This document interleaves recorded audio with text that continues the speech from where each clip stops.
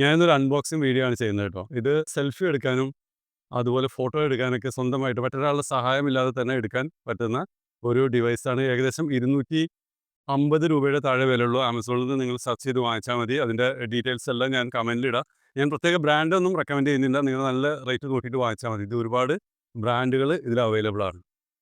അപ്പോൾ ഞാനിത് അൺബോക്സ് ചെയ്യുന്നതും എങ്ങനെയൊക്കെ യൂസ് ചെയ്യുന്നതെന്നുള്ളതും കാണിക്കും. ഫോൺ നമുക്കൊരു ട്രൈപോഡിൽ പിടിപ്പിച്ച ശേഷം ഈ റിമോട്ട് ഉപയോഗിച്ച് നമുക്കത് ഓപ്പറേറ്റ് ചെയ്യാം.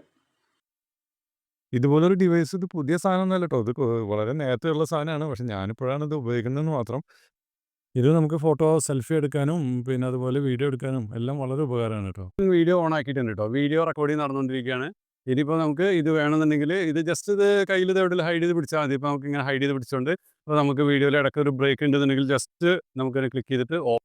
അപ്പോൾ ഞാൻ ഓഫ് ചെയ്ത് ഇനിയിപ്പോൾ ഒരു ബ്രേക്കൊക്കെ എടുത്ത് അതൊക്കെ ഒന്ന് ശരിയാക്കി വീണ്ടും നമുക്ക് എന്ത് ചെയ്യാം, റെക്കോർഡിംഗ് സ്റ്റാർട്ട് ചെയ്യാം. അപ്പോൾ റെക്കോർഡിംഗ് സ്റ്റാർട്ട് ചെയ്തിട്ടുണ്ട്.